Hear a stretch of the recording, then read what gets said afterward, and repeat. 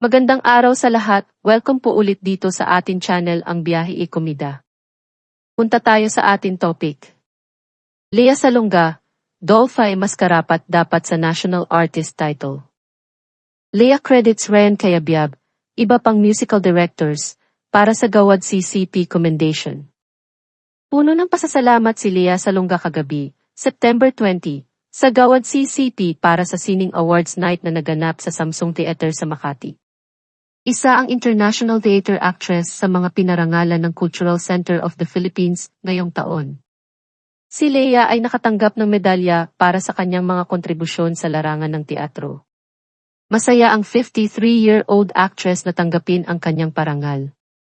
Sa kanyang acceptance speech ay pinasalamatan niya ang ilan sa mga taong tumulong sa kanyang more than 40 years na acting career. Tinitingnan ko ang mga parangal at hindi ka panipaniwalang nagpapasalamat ako. Pero hindi magiging posible ang isang career na tulad ko kung wala ang isang barangay, kung walang support system, kung wala ang mga taong aktibong nasa likod ko, saad ni Lea. Una niyang pinasalamatan ang mga musical director na lagi niyang katrabaho.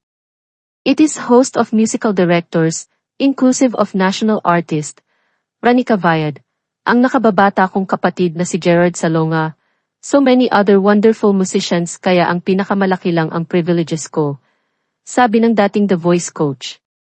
Kasama rin sa kanyang pinasalamatan sina Zenaida Amador at Baby Baredo, na mga naging mentor niya noong nagsisimula pa lamang siya sa pag-arte sa entablado. Sina Zenaida at Baby ay co-founders ng Repertory Philippines. Natutuwa akong magpasalamat sa isang host ng mga direktor, simula kay Zenaida Amador, na may 2 salita para sa akin noong una ko siyang nakilala, 2 salita na medyo mananatiling isang kompas para sa kung paano ko ginagawa ang aking trabaho. Number 1 ang disiplina. Number 2 ang katotohanan.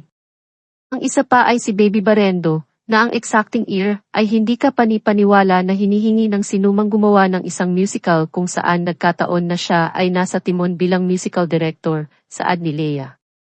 Bukod sa mga naging katrabaho niya sa industriya, ay pinasalamatan niya rin ang kanyang pamilya, lalo na ang kanyang inang si Ligaya Salonga, na tinawag niyang force of nature.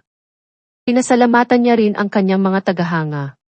Gusto kong magpasalamat sa mga fans ko, kasi kung wala kayo, hindi magiging posible ang career na ito. Thank you, sabi ng Broadway star. Sa panayam ng press, matapos ang awarding ay tinanong nila ito kung may balak siyang maging national artist. Agad namang tumanggi si Lea. Anya, mas marami pang ibang artista na dapat maunang gawaran ng naturang parangal. Isa na raw rito si Dolphy. May mga folks na mas deserving at matagal na ang National Artists Awards. Gusto kong makita ang isang taong katulad ni Dolphy, halimbawa, saad niya. Noong 2012 pa pumanaw ang Pinoy Comedy King. Pagpapatuloy ni Lea, we have to judge his as an artist para sa kanyang body of work. At marami na siyang naiambag.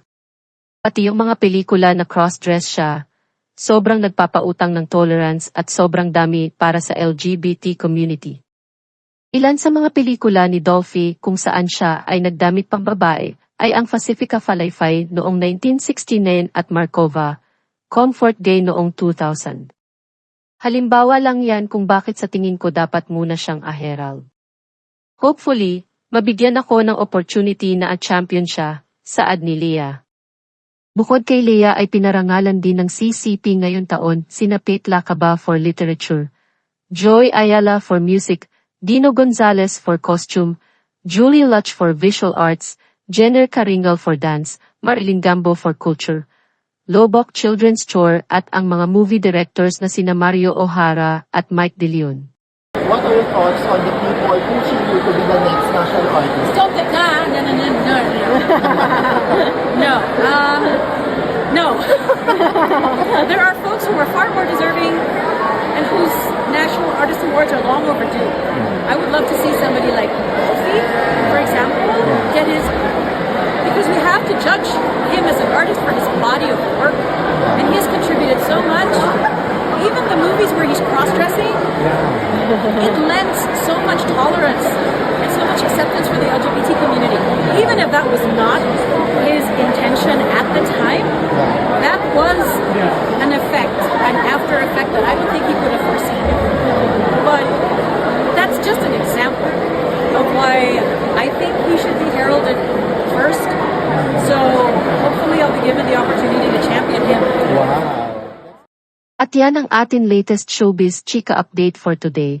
Huwag kalimutan mag-subscribe, click the notification bell for more showbiz chika updates, like and share the video at pakisuportahan po ang atin Facebook page. Maraming salamat sa lahat ng nag-subscribe. Indeed. Magandang buhay sa lahat, paalam.